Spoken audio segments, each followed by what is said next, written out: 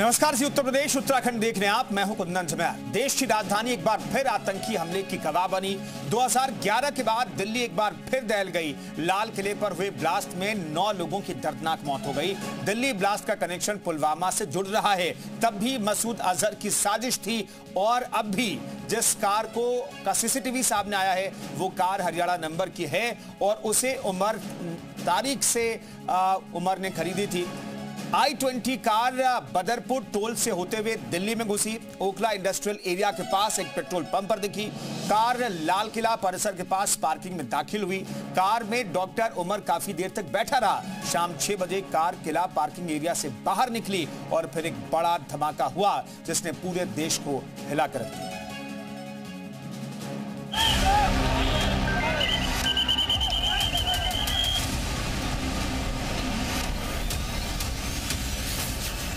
दिल्ली के भीड़ भाड़ वाले इस इलाके में हमेशा की तरह लोग किसी भी अनहोनी से बेखबर थे।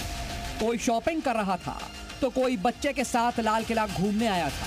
लेकिन एकाएक एक जोरदार धमाका होता है और फिर सामने होते हैं लाशों के टुकड़े। कई बॉडीज यहाँ पर थी जिसके बाद में बहुत दूर दूर तक लोगों के चीथड़े यहाँ पर उड़े हुए हमने देखे हैं। मैं आपको दिखाऊं कि मेरे पास में ही मांस का लूथड़ा यहाँ पर पड़ा है बॉडी का, लेकिन मैं आपको दिखा नहीं सकता हूँ क्योंकि वो इतना ज्यादा भयानक है कि उसको देख पाना मुश्किल है। ठीक मेरे पीछे की तरफ में यहाँ पर पड़ा हुआ है क्योंकि विजुअल बेहद यहाँ पर डरावने हैं और उसी के साथ लगातार जो फायर डिपार्टमेंट है वो यहाँ पर काम कर रहा है। और ये दृश्य जो है दिल्ली के लाल किले के ठीक सामने के विजुअल है। धमाका एक कार में हुआ था जिसकी गूंज कई किलोमीटर तक सुनाई दी। दिल्ली का दिल लाल किले के पास ये धमाका किया गया जिसमें 9 लोगों की दर्दनाक मौत हो गई। आतंकी हमले पर सख्त रुख अपनाते हुए हिंदुस्तान की हुकूमत ने साफ शब्दों में कह दिया कि दोषियों को छोड़ा नहीं जाएगा। जांच एजेंसियां तह तक जाएंगी। हमारी एजेंसियां इस षड्यंत्र की तह तक जाएगी। इसके पीछे के षड्यंत्रकारियों को बख्शा नहीं जाएगा। All those responsible will be brought to justice. हमले का फरीदाबाद से लेकर पुलवामा तक कनेक्शन सामने आया। आतंकी हमले के तार जैश-ए-मोहम्मद से जोड़े जा रहे हैं। धमाके में इस्तेमाल कार पुलवामा का डॉक्टर उमर मोहम्मद चला रहा था। डॉक्टर उमर फरीदाबाद में बारूद का जखीरा पकड़े जाने के बाद से फरार था। दिल्ली पुलिस ने धमाके वाली कार की रूट मैपिंग की। बदरपुर बॉर्डर से धमाके वाली कार की एंट्री हुई। आखिरी बार बदरपुर में देखी गई I-20 कार में विस्फोटक रखा था। उमर ने पुलवामा के तारिक से कार खरीदी थी। HR नंबर की इस कार का सीसीटीवी सामने आया है जिसमें साफ दिख रहा है कि डॉक्टर उमर कार चला रहा है जिसने मुंह पर मास्क लगा रखा है। उमर के परिवार ने भी इस बात की पुष्टि कर दी कि उसने उनका भरोसा तोड़ा है। आखिरी बार आप कब मिले थे उमर से? कब मिले थे? 2 महीनों से वो घर नहीं आया है। 2 महीनों से? 2 महीने पहले आप मिले थे उससे? घर आया था। तब आपको लगा था कुछ ऐसा उसके? नहीं, हमें नहीं लगा। हमें तो पता ही नहीं है कैसे हो गया। हमें तो यकीन ही नहीं हो रहा है। सूत्रों के मुताबिक उमर जैश-ए-मोहम्मद के उस मॉड्यूल से जुड़ा है जिसके साथ आतंकियों को रविवार को ही पुलिस ने गिरफ्तार किया और उनके पास से 2900 किलो विस्फोटक बरामद किया गया था। जी न्यूज उमर के भाई खालिद के भी घर पहुंचा। पुलिस को रात में ले गई है तो अभी पता चलेगा ना। अभी जाएंगे पुलिस के पास, वो आगे से पता चलेगा क्या मसला है। थोड़ा सा आप बोल सकते हैं क्योंकि हम चाहते हैं कि सच्चाई सामने आए। आमिर और उमर ये दोनों लोग क्या करते थे? क्या कभी दिल्ली गए थे? क्या इनका बैकग्राउंड था? बिजनेस क्या? जैसे मैंने पहले बताया ना, कितनी बार मैं बताऊं, आमिर कभी घर से निकला ही नहीं है। यानी कश्मीर से बाहर ही कभी गया ही नहीं है।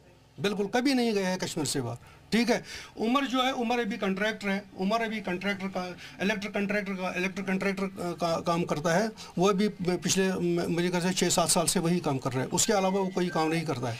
ठीक है। आमिर प्लम्बर है। बाकी तो कल से ये जो पिक्चर चल रही है आपको क्या लगता है इस पिक्चर? वो तो बता नहीं सकते ना। अभी नहीं, कुछ नहीं। ये गाड़ी नहीं है? गाड़ी उनकी नहीं, गाड़ी उनकी बाहर है। जो थे कि जगह 13 है, क्या नंबर है उसका, वो उनकी गाड़ी है, वो बाहर खड़ी है। आपने पुलिस से बात किया? अभी नहीं किया। अभी हम जाएंगे पुलिस के पास तो देखेंगे क्या है। परिवार कुछ भी कहे, लेकिन उमर का बचना अब मुश्किल लग रहा है। उमर जांच एजेंसियों की पहली तलाश बन चुका है।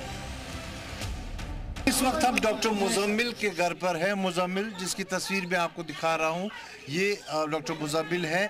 यहाँ पर आप देख सकते हैं, ये उसका घर है डॉक्टर मुजम्मिल का। डॉक्टर मुजम्मिल के घर पे उनके पिता हैं और 2 अन्य भाई हैं। ये सामने जो औरत आपको दिख रही है, उसकी माँ है, जो बोल रही कि मेरे डॉक्टर बेटे को ले गई।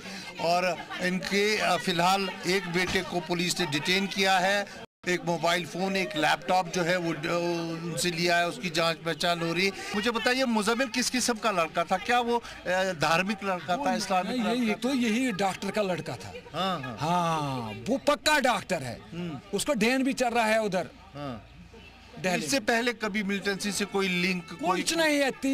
हम तो इस घर में कोई लिंक नहीं है। वो बहुत अच्छे इंसान थे। मतलब वो प्रो इंडियन थे एक्चुअली। मतलब जैसे क्रिकेट चल रहा था, वो बोल रहा था हम इंडिया जीतेगा, इंडिया जीतेगा। मतलब अगर हमें पहले ऐसा पता होता, हम उसको बोलते नहीं ये अच्छा नहीं है, ये गलत है।